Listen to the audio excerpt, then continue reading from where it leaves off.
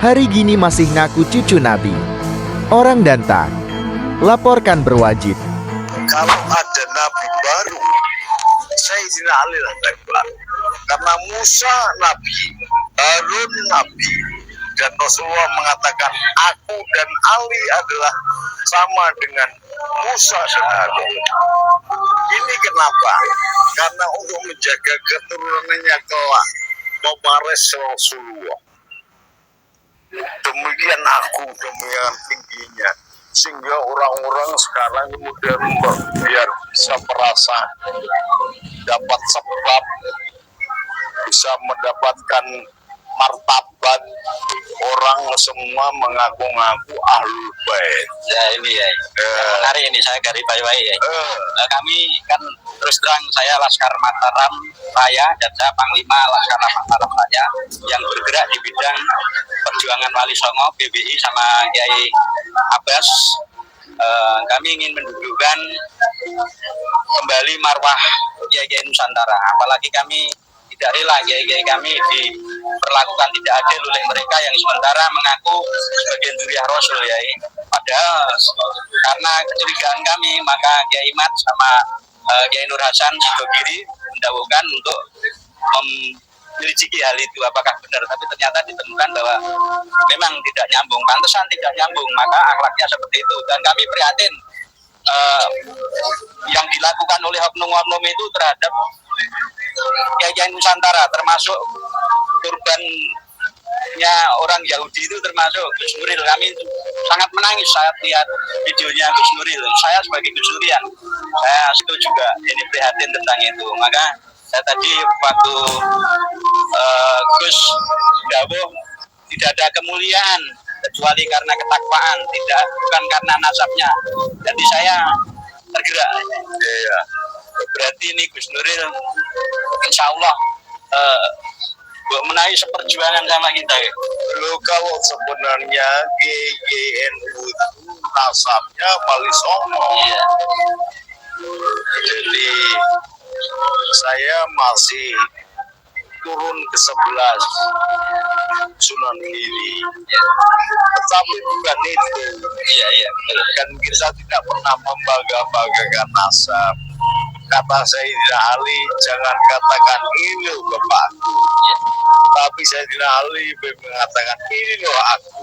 Artinya apa? Berbuat dulu, terkenal dulu, alim karena terkenal karena kealimannya, terkenal karena kesopanannya, terkenal karena patriotismenya menjaga bangsa dan negara, terkenal karena perjuangannya, terkenal karena mampu menyatukan berbagai suku, berbagai bangsa, berbagai bahasa, berbagai agama.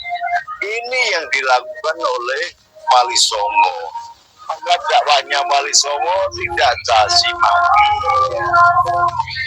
Dakwahnya halus lewat budaya. Semua orang sampai sekarang menjadi Islam yang sangat besar di Jawa, bahkan melebihi dunia. Jadi jumlahnya orang NU saja dibanding orang Islam,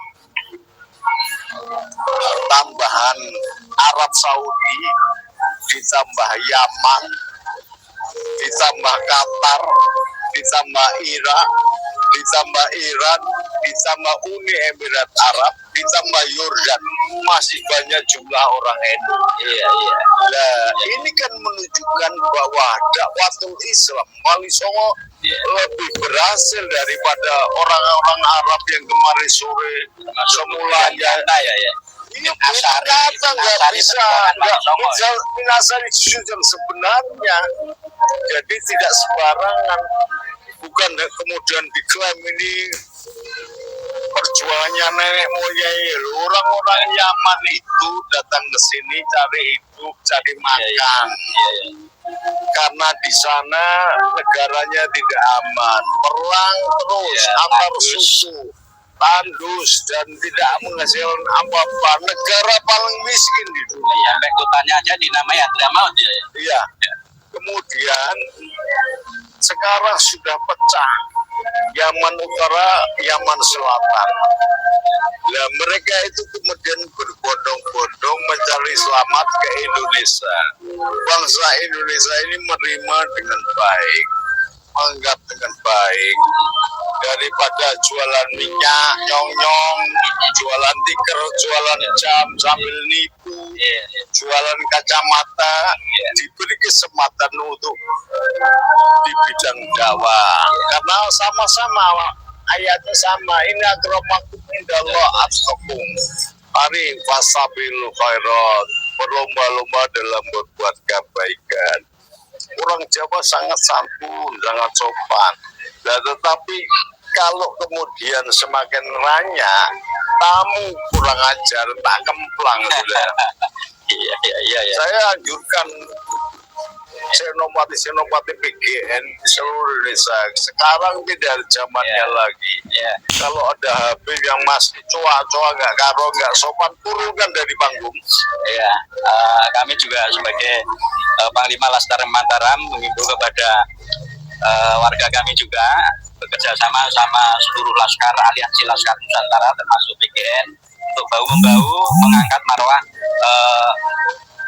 Nusantara pada umumnya. Artinya semua level kehidupan yang berpartisipasi di dalam Nusantara ini tetap kita unggah marwah, dan tidak boleh ada yang merasa lebih unggul dari yang lain. Tapi saya ceritakan Rasulullah untuk menjaga keturunan dinikah oleh Sayyidina Umar aja nggak boleh, dinikah oleh Sayyidina Abu Bakar yang terkenal arsitek nggak boleh, dinikah oleh orang yang setan aja takut dengan Sayyidina Umar nggak boleh. Kenapa? Menjaga keturunan. Maka ahlul bait itu supaya orang paham nih,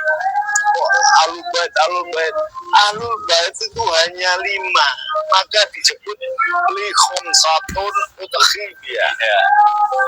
Kharo babail khatimah al musawa Rasulullah wal murtado Sayyidina Ali wabnahuma Hasan wa Husain wal Fatimah. Saya itu sering diungkapkan Mbah Mun ya. Iya, di luar itu enggak. Bukan ahlul bait. Ada pada saat itu Malaikat Jibril turun membawa doa itu, tawasul itu, masih ada Rubaya, ada yang lain. Lalu bagaimana saya Rasulullah? Istri-istrinya, anaknya juga tanya, bagaimana saya Rasulullah? Engkau menjumlatil solehah, tapi bukan ahlul bait. Ahlul bait hanya 5. Nah, kalau sekarang orang berasal hanya jualan minyak nyonyong lalu mengatakan keturunan Nabi apa? Saya mungkin Nabi Adam itu. Nah, saya juga keturunan Nabi kalau Nabi itu, tapi berbahaya. Saya anggap penipuan itu kalau dia tidak berani tes DNA, tapi masih mengaku-ngaku keturunan Nabi, layak ditangkap. Departemen Agama harus tegas menentukan garisnya. Kita tidak membedakan orang. Mestinya pemerintah sama lembaga-lembaga terkait sebagai hakam ya. Harus tegak. Ada ahkam, betul. Jadi diadili sebenarnya apa enggak sesuai dengan enggak. Kalau enggak ya jangan ngaku-ngaku. Karena Islam itu menghargai ilmu. Yarfa'illahu ladina manubi waladina utul ilma darajah.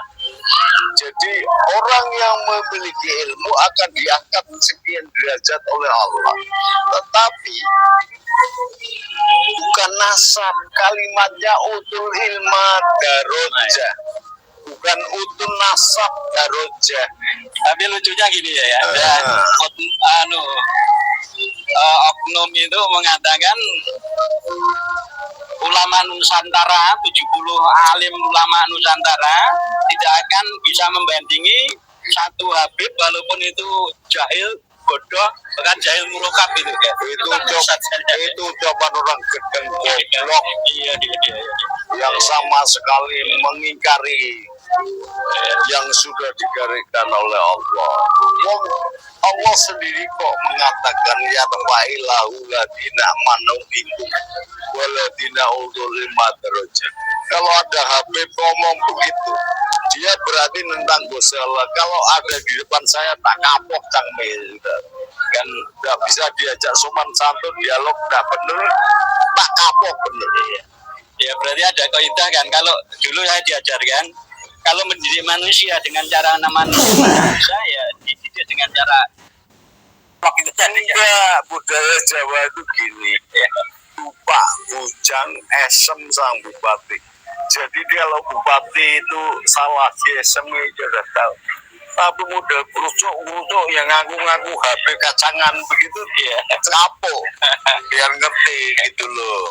Ini ya setelah nangkap keresahan kiai-kiai sepuh di Madura ini kalau tidak diberesi nanti jadi bom waktu, karena Madura Jawa Timur yang paling ini ya paling banyak menjadi korban. Sampean dipiake PGN diajak ya langsung. Jadi kalau ada HP begitu sekali-sekali ya, kalau polisi tidak ambil tindakan, departemen tidak ambil tindakan, biar PGN yang mengambil tindakan. Siap. Terus begini ya, dalam kami edukasi ke warga Nahdlatul Ulama, karena korban yang terbanyak itu Nahdlatul Ulama, mereka kiai-kiai yang masih belum tahu itu selalu berpatokan begini. Lah kiai-kiai sepuh dulu baik-baik sama Habib, itu yang bahasa Mas Hari baik sama Habib, terus itu Gus Bah juga baik sama Habib, terus kiai-kiai sepuh juga baik sama Habib. Itu mereka tangkap sebagai menisbatkan nasab. Itu alasan mereka masih kekeh.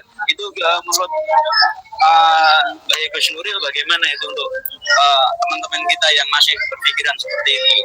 Jangankan dengan manusia, binatang pun harus disayang. Bahkan Allah mendatangkan ayat-ayat kauniyah menggambarkan daun pepaya saja itu bisa bermanfaat bagi orang. Kalau dimakan perut jadi lega, dimakan PKI perut jadi lega, dimakan Cina perut jadi lega, dimakan siapa saja. Masa kita manusia tidak bisa berbuat baik dan bermanfaat bagi yang lain?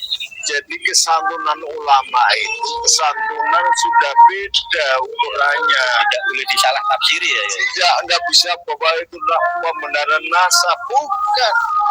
Lawang dia nasabnya tukang batu, tukang cuci, tukang buruh, jelek aja dihormati kok. Yahudi yang buta saja dihormati oleh Rasulullah. Setiap hari didatangi rumahnya, disuapin oleh Rasulullah. Itu menunjukkan akhlakul khuluq, mental yang baik. Jadi bukan pembenaran kelakuannya dia. Kita harus baik dengan semua saja, harus santun dengan semua saja. Tetapi dalam proses tarbiyah, proses pendidikan, kalau diajari dengan halus nggak bisa, ya dengan kasar gitu loh, ditunjukkan gitu. Udah nggak bisa lagi kita diem-diem terus begini. Jadi anak-anak muda harus mulai bangkit dan menunjukkan hak-hak itu. Sebagai closing ya, mohon nasihatnya bagi warga Nahdlatul Ulama seluruh Indonesia dan para santri-santri baik yang di kota maupun di kampung menanggapi hal ini meski bersikap bagaimana agar tidak ada keresahan dan kebingungan di kalangan umat sendiri, karena pertanyaan banyak yang umat itu banyak yang bingung. Sementara PBNU diam saja ya. Mohon closingnya untuk ada ayat ketika Sayyidatina Fatimah dengan Sayyidatina Aisyah ribut karena pemasan perang, lalu turun ayat karena yang satu mengatakan Muhammad itu suami, yang satu mengatakan Rasulullah itu bapak. Turun ayat, maka nama Muhammad itu Aba Ahadin makana Muhammad itu Aba Ahadin mirajali walakin Rasulullah wa khatamun nabi. Muhammad itu ora bapakne, ora bojone, sopo ora Muhammad ki Rasulullah dan Nabi terakhir. Jadi tidak ada boleh mengatakan ini bapakku. Itu saya Sayyidatina Fatimah loh. Dikatakan begitu loh oleh Al-Quran. Jadi kok terus kemudian bapak ini Habib ini wah nggak benar. Semua sama. Inna akramakum indallah atau mudah dasar itu. Dasarnya 3 kan sudah saya jelaskan. Inna akramakum indallah atau 1. Nomor 2, yarfa'illahu ladina manuikum ladina utul limat. Yang ketiga, makana Muhammadin aba akhadin mirajalikum malaki rasulillah kota munafik. Jadi ini sangat kuat. Gak bisa kemudian orang mengaku-ngaku ini gak bisa. Kalau Habib sekalipun dia tidak punya ilmu, gak perlu dihormati, gitu loh. Disayangi boleh, diperlakukan adil boleh, tapi tidak perlu dihormati. Dihormati apanya? Wong balul gitu dihormati. Karena ada statement doktrin itu ya, jadi lah kalau Habib balul dihormati apanya? Ini nanti sementara